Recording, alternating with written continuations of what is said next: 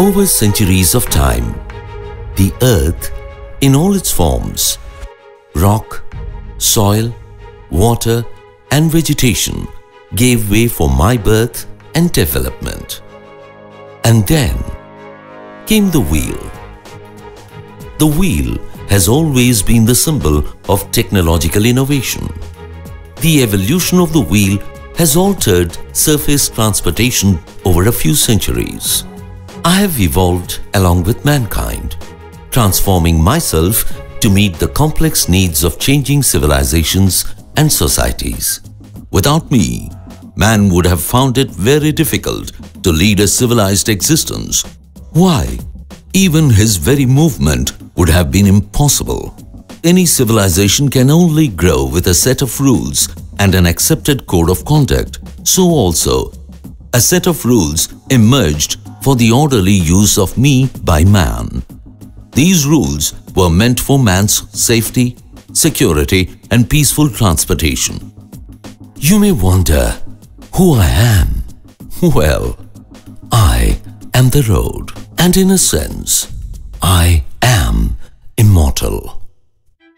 Life on earth today is a far cry from what it was even 100 years ago. The easy, peaceful and happy living that I had witnessed for many centuries has changed into a fast-paced and frantic life. The competitive nature of life today appears to have spilled over to the road where it is most dangerous. Is it the human race or is it merely humans racing? Can you imagine the horrible consequences of this madness all around us? Man has transformed me into an efficient highway to facilitate high-speed movement of both people and goods. An effective road network is the lifeline of a nation. Large numbers of Indians are also migrating from villages and small towns into large cities in search of gainful employment, creating pressures on urban infrastructure. India's cities are expanding, nay, exploding with more people and even more vehicles. Urban infrastructure has not been able to keep pace with the rapid increase in vehicle population. The multiplicity of vehicles on Indian roads, ranging from bullock carts to auto rickshaws, to modern cars and buses, all moving at variable speeds, differing in their engineering and safety features, has led to a decline in road safety standards, resulting in a progressive increase in road traffic deaths.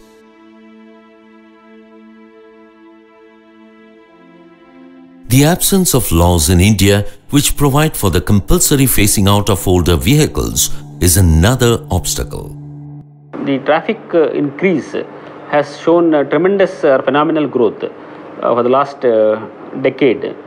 Because from 1,75,000 vehicles in the year 1982 to almost 45 lakh vehicles now, it is a huge growth of vehicles. And also there is no commensurate development in the road infrastructure.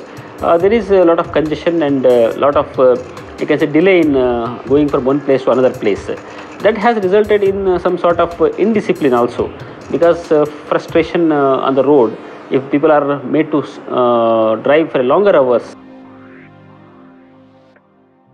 The present situation in the country is such that 1,50,000 persons are killed on the road every year. If the present trend continues, by the end of 6 years, there will be 3 lakh fatalities on our roads in the country. Pedestrians, cyclists and two-wheelers are the most vulnerable among our road users and require more policies concerning their safety. Most accidents in India cannot be termed as accidents. They are the result of drivers exceeding permissible speeds, aggressive driving and violating road rules. It is indeed sad and unfortunate that our so-called modern civilized society has become insensitive, totally lacking civilized behavior when it comes to road use. the first thing we can do is calm down, as we lead our lives, to say, okay, plan our days in such a way that we don't cram in too many things. And therefore that automatically when you go from one place to the other, you're in time. Then you're not impatient and you're not driving too fast and you're not getting aggressive on the other person. Is it not time for more courtesy on our roads? India has the largest number of pedestrian deaths in the world. The Indian pedestrian is highly vulnerable and has the least response time to escape from potential danger. Ideally, I'd like to walk all over in Chennai. Unfortunately, Chennai is really not such a very good place to walk around. நம்ம நாட்டில் என்ன ஒரு greatest challenge for pedestrian வந்து அவங்க மீதி vehicles எல்லாம் போன அப்புறம் தான் pedestrian சேஃபா கிராஸ் பண்ண முடியுங்க. மீதி பிளேஸ் எல்லாம் எப்படின்னா pedestrian ஃபர்ஸ்ட் கிராஸ் பண்ணி விட்டுருவாங்க. இவங்க வந்து speeding cars, speeding two wheelers, auto rickshaws and even the cyclists, we'll have to wait and let all people go, then only we can walk very safely and comfortably. Now, walking is a nightmare, and many senior citizens dare not venture out on our roads without a proper escort.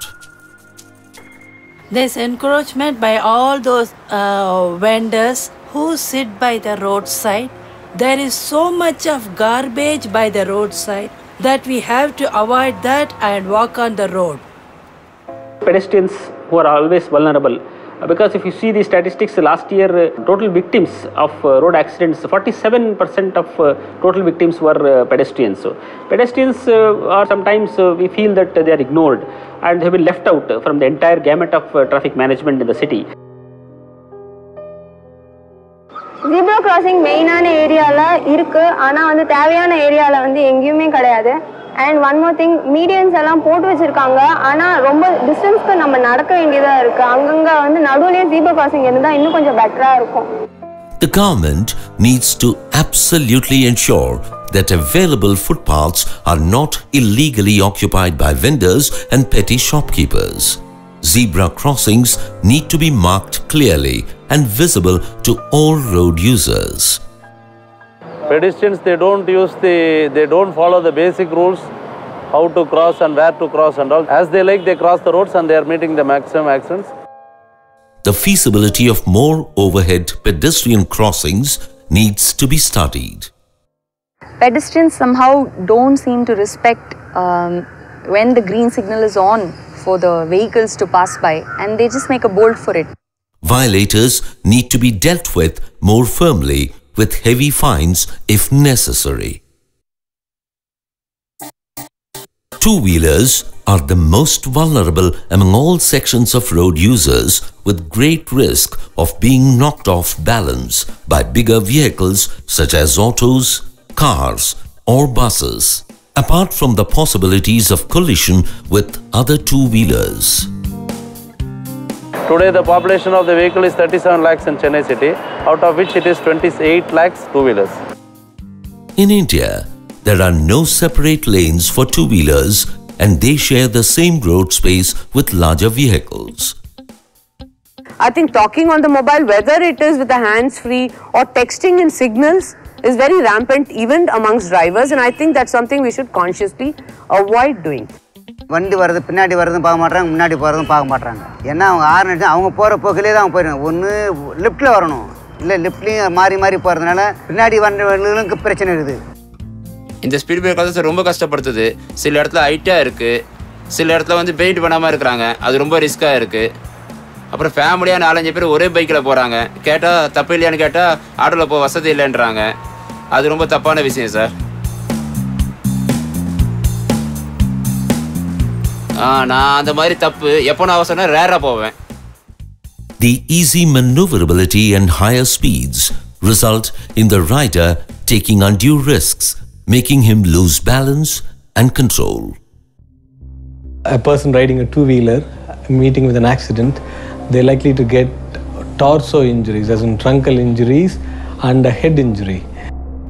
I have personally managed about 30,000 cases of head injuries. 85% of this are due to road traffic accidents, and possibly about 90% of this is due to two-wheeler accidents. I recollect only 3 to 4 patients over a 38-year period who died of brain injuries who were wearing a helmet. In other words, 99% of fatal head injuries, the pillion rider or the driver was not wearing a helmet. Helmets do not prevent head injuries. However, helmets make what otherwise would be an irreversible brain injury into a reversible brain injury. Helmet law was mandatory, and I still hope that with educational programs like this, the public would realize that it is not always necessary for a policeman to punish you and to impose a fine on you, but we ourselves should understand that this is being done for our own benefit.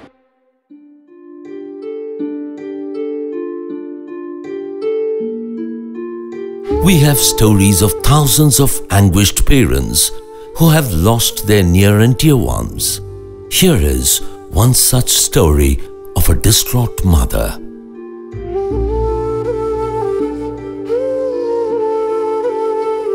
If only our roads were safer. I lost my son Hari, who was 20-year-old automobile engineer, 5 years ago, and I am still finding it difficult to cope with the loss. And I feel it could have been avoided if people around him were more careful while they were using the road. The road had the minimum requirement for people who are using the road to drive in safety. Some help if it had been extended to him for those 15 minutes when he was lying on the road, hurt. And if only he had been taken to a place where he could have been revived in time.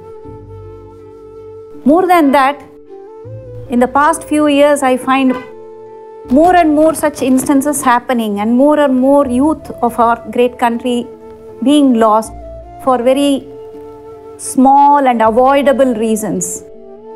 And we have to do something about it.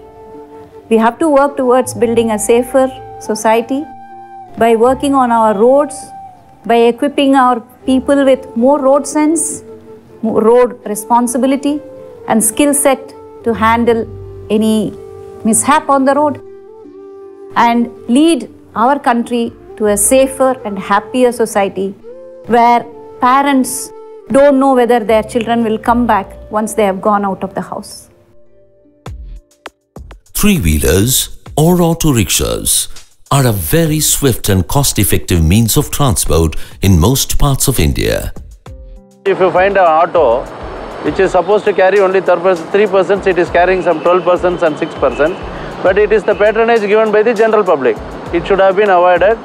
So you should have the basic knowledge of traffic rules.